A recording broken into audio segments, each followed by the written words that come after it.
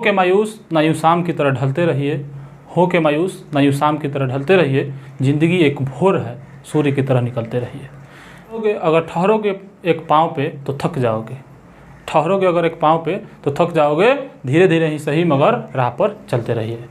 तो आप सभी धीरे धीरे ही सही चलते रहिए, पढ़ाई मत छोड़िए मेरे दोस्त, पढ़ाई करते रहना है, धीरे धीरे ही सही लेकिन करते रहना है। तो चलिए आइए आज के फिर इस वीडियो में क्लास 10th यानी NCERT मैथ के 1.3 के प्रश्नावली, जिसमें से एक प्रश्न करा चुके हैं, दूसरे सवाल पर चलते हैं। तो अगर जो लोग वीडियो नहीं देखे हैं, परिचय वीडियो इसका पहले वाला जो है परिचय वीडियो भी देख लेंगे। तो आइए इसको हल करते हैं। क्या है सवाल? सवाल है कि सिद्ध कीजिए कि 3 + 2√5 एक अपरिमेय संख्या है। इसको कैसे सिद्ध किया जाता है? तो हम लोग पहले जानते हैं कि माना कि, पहले हम लोग क्या करते हैं, मान लेते हैं कि माना कि जो भी चीज़ें हैं जो अपरिमेय सिद्ध करना है उसको क्या करना है, माना कि एक परिमेय संख्या है। जब भी परिमेय संख्या है इसका मतलब है कि 3 + 2√5 को हम लिख सकते हैं P/Q के रूप में। जहाँ क्या होगा, हाँ, तो हम लोग क्या लिखते हैं, तो जब मान लिए कि 3 + 2√5 एक परिमेय संख्या है, जब परिमेय संख्या मान लिए, इसका मतलब है कि 3 + 2√5 के बराबर में P/Q लिखा जा सकता है, क्योंकि P/Q को ही परिमेय संख्या कहते हैं। P/Q जहाँ क्या P और Q एक पूर्णांक है, Q ≠ 0, ये परिमेय संख्या का शर्त है। Q ≠ 0 तो तब P और Q क्या है, स्वाभाज्य संख्या। अभाज्य संख्या, स्वाभाज्य संख्या, ये सारा बातें परिचय वीडियो में हो गया है। जो लोग नहीं देखे हैं उसको आप सभी जाकर देखिएगा, लिंक डिस्क्रिप्शन में है। और इसका ऑब्जेक्टिव वीडियो का भी मैंने प्लेलिस्ट डाला है, प्लेलिस्ट चैनल पर जाइएगा तो वीडियो प्लेलिस्ट का सेक्शन देता है, आप सभी जाकर देख लीजिएगा, ठीक है। तो यानी कि P और Q स्वाभाज्य संख्याएं हैं। तो इसको क्या कर सकते हैं हम, देखिए, या इसको आगे बढ़ाते हैं, इसको 3 को क्या करते हैं, उधर भेजते हैं। 2√5 बराबर P/Q, आई प्लस में है, उधर जाएगा तो माइनस में। अच्छा, 2√5 बराबर ये क्या हो जाएगा, बाटा का जोड़ 1। अच्छा, Q 1 का लसा Q से Q, P - 3 Q में जहाँ जिसके भागा में 1 उसको लसा से गुणा करा जाता है। Q लसा है ना, तो Q से गुणा करेंगे, 3Q हो गया। अब देखो तो अब इधर 2 इधर गुणा में, उधर जाएगा तो भागा में, यानी कि √5 इधर केवल बच गया, तो P - 3Q ये है, अब बटा में Q बचा था पहले से, 2 इधर से गया, देखो तो 2 इधर गुणा में, उधर जाएगा तो भागा में। अब भागा में पहले से क्या है, पहले से Q है तो जाके क्या करेगा, समधि मिलन करेंगे, जो मिल जाएगा, इसको हम बोलते हैं समधि मिलन, ठीक है। तो ये क्या हो जाएगा, आके मिल गया। तो अब यहाँ पे अब कुछ नहीं करना, अब यहाँ तक आ गए ना हम लोग। अब यहाँ पे लिखेंगे कि चूंकि P और Q पूर्णांक है, बिल्कुल है। अब पूर्णांक किसे कहते हैं, जो संख्या रहेगा सभी संख्या क्या कहलाती है, पूर्णांक कहलाती है। तो जब P और Q पूर्णांक है तो ये पूर्णांक है, तो कोई संख्या है, इसका मतलब है कि सब कुल मिला के एक बाटा पर का कोई संख्या है, भिन्न संख्या है कि नहीं है। तो इसका मतलब है, इसलिए कहेंगे कि P - 3Q बाटा में 2Q एक पूर्णांक संख्या है, एक पूर्णांक संख्या। अब पूर्णांक संख्या है, इसका मतलब कि ये बाटा में है, परिमेय संख्या है ना। तो अब पूर्णांक संख्या है,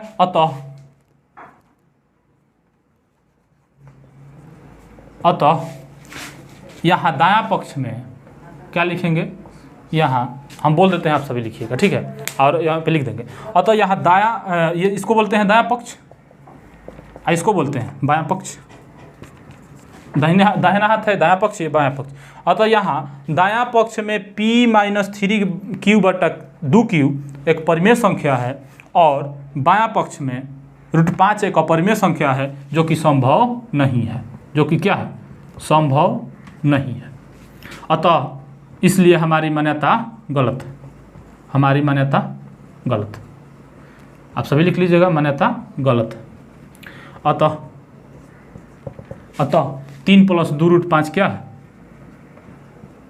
अतः 3 + 2√5 एक अपरिमेय संख्या है। क्या?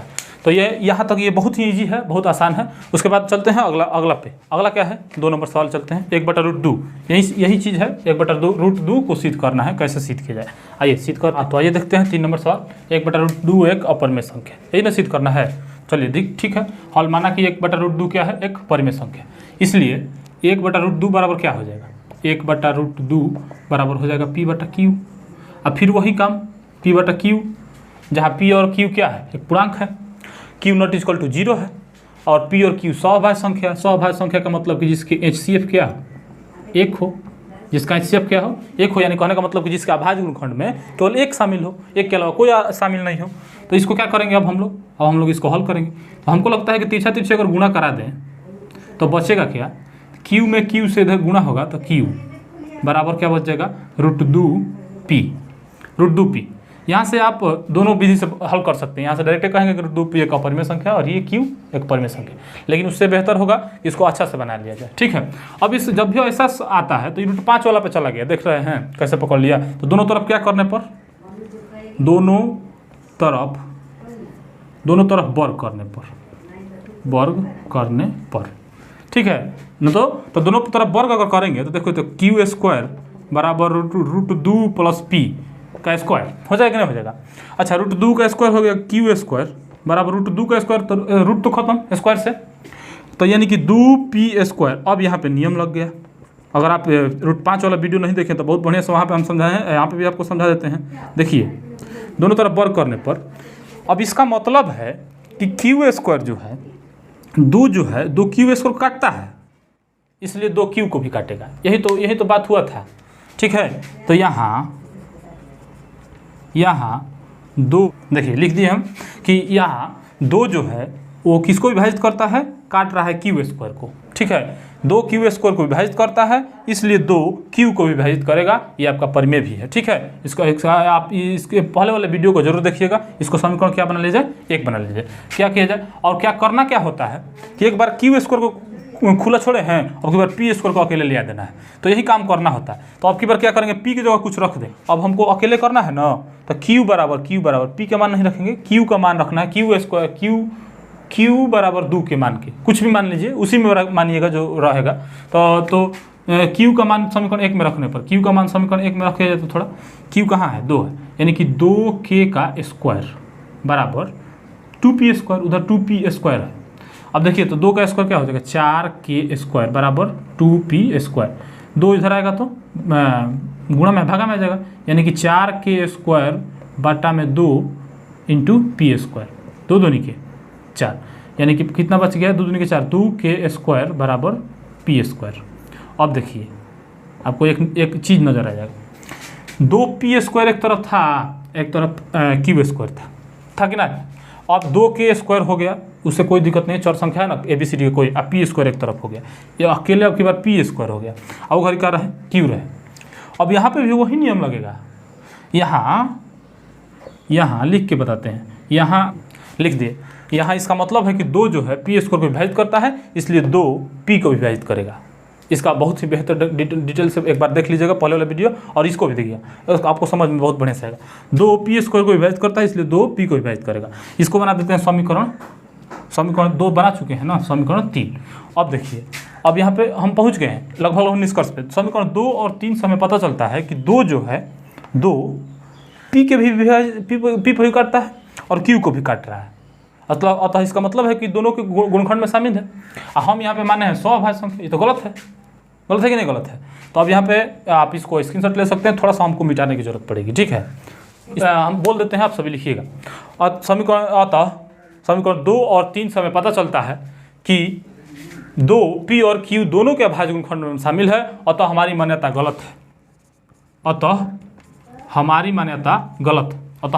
गलत है। इसलिए 1/√2 एक अपरिमेय संख्या है। ठीक है, और इसलिए 1/√2 अपरिमेय संख्या, आप सभी लिख लीजिएगा, आप लोग रहेगा। तो यानी कि हम केवल उसको विरोधात्मक सिद्ध कर दिए, हम जो माने थे वो गलत कर दिए और ये सिद्ध हो गया। ठीक है, इसी को ऐसे ही सिद्ध किया जाता है। अब अगला पे चलते हैं।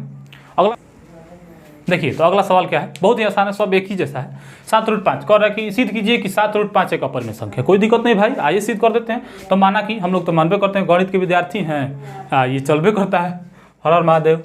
कह रहा है कि माना कि 7√5 एक परिमेय संख्या है। तो 7√5 परिमेय संख्या है, इसका मतलब है कि 7√5 बराबर एक p/q। वही चीज़ रहने दिए, मिटारे भी नहीं है हम। p/q, जहाँ p और q एक पूर्णांक है, q ≠ 0, और p और q स्वअभाज्य संख्या मतलब जिसका निक्षेपक हो गया। क्लियर। अब इसको करते हैं, देखिए तो, या 7 को उधर भेजें, √5 को इधर रख दें। तो ये बहुत आसान है। 7 इधर गुणा में उधर जाएगा तो भागा में पहले से क्यू है तो क्यू इधर जाकर मिलन कर लेगा, सदी मिलन इसको बोलते हैं। तो p बटा में 7q। अच्छा जब चूंकि लिखेंगे चूंकि p एवं q पूर्णांक है, p एवं q पूर्णांक हो गया सिद्ध, इसलिए q बटा में p बटा में 7q भी एक पूर्णांक होगा। अब पूर्णांक होगा तो इसका मतलब कि परिमेय होगा, पूर्णांक होगा। अतः बोलते हैं और लिख देंगे यहाँ पे, अतः यहाँ बायां पक्ष में, अतः यहाँ बायां, इसको बोलते हैं दायां पक्ष, इसको बोलते हैं बायां पक्ष। तो अतः यहाँ दायां पक्ष में p बटा में 7q, अतः यहाँ बायां पक्ष में p बटा में 7q एक परिमेय संख्या है, परिमेय संख्या, और दायां पक्ष में √5 एक अपरिमेय संख्या है जो कि होना संभव नहीं है, जो कि होना संभव नहीं है। अतः हमारी मान्यता गलत है, अतः हमारी मान्यता गलत है। इसलिए जो कि होना संभव नहीं, क्यों भाई संभव नहीं है? क्योंकि परिमेय संख्या के बदले बराबर में परिमेय संख्या होता है, अपरिमेय संख्या के बराबर में अपरिमेय संख्या होता है। ठीक है, तो मान लीजिए कि 2 बटा 6 है, तो ये कटा छटा के भी जो आएगा वो क्या आएगा? परिमेय संख्या आएगा एक। ये नियम है मैथ का, अपरिमेय संख्या के बराबर अपरिमेय संख्या होता है, परिमेय संख्या के बराबर परिमेय संख्या होता है, कोई दिक्कत नहीं है। मान लीजिए कि √5 एक इधर अपरिमेय है, इसका मतलब कि ये भी अपरिमेय तभी तो इसके बराबर है हो, लेकिन ऐसा है नहीं, ये परिमेय है, ये अपरिमेय है, तो ये मान्यता गलत है। अतः हमारी मान्यता गलत है, इसलिए 7√5 एक अपरिमेय संख्या है। नंबर 1.3 का ये लास्ट सवाल होगा। 6 सिद्ध करें कि 6 + √2 एक अपरिमेय संख्या, कोई दिक्कत नहीं। 6 + √2 एक अपरिमेय संख्या, तो 6 + √2 बराबर p बटा q होगा कि नहीं होगा? होगा ना, 6 + √2 बराबर p बटा q। अच्छा 6 को उधर भेजेंगे तो क्या हो जाएगा? जहाँ शर्त वही है, जहाँ p बटा p और q पूर्णांक है, q ≠ 0 है, और p और q सभाज्य संख्या है। ठीक है, वही शर्त है, शर्त तो हमेशा उसी में सब में यही रट लेना है। 6 को उधर भेजेंगे तो √2 इधर बच गया, और p बटा q तो ये रहा माइनस, प्लस में है इधर जाएगा तो माइनस 6 बटा 1, इसके बटा में 1 है। अब इसको क्या कर देते हैं? हल कर देते हैं। अब लिखेंगे q 1 का लसा q, और q में q से कट गया, तब p का p, और -1 जिसके भागा में 1 हो लसा से गुणा कराया जाता है, यानी कि 6 में q से गुणा 6q हो जाएगा। अब यहाँ पे डायरेक्ट लिखेंगे, यहाँ देखो p और q एक पूर्णांक है ना, हो तो परिमेय संख्या होगा कि नहीं? यहाँ बायां पक्ष में p - 6q बटा q एक परिमेय संख्या, और दायां पक्ष में √2 एक क्या है? अपरिमेय संख्या है, जो कि होना संभव नहीं है। अपरिमेय संख्या है जो कि होना संभव नहीं है, जो कि संभव नहीं है। अतः हमारी मान्यता गलत है। यही तो काम है, मैथ है कि मजाक है, समझ में नहीं आता, मानो गलत करो, फिर वही बात है। अतः हमारी मान्यता गलत है, इसलिए यहाँ पे लिखेंगे, इसलिए 6 + √2 एक अपरिमेय संख्या होगा, इसलिए 6 + √2 अपरिमेय संख्या होगा। चलिए यहाँ तक रहने देते हैं, ये सब हो गया। चलिए मिलते हैं किसी नेक्स्ट वीडियो में, तब तक के लिए धन्यवाद। जय हिंद, हर हर महादेव।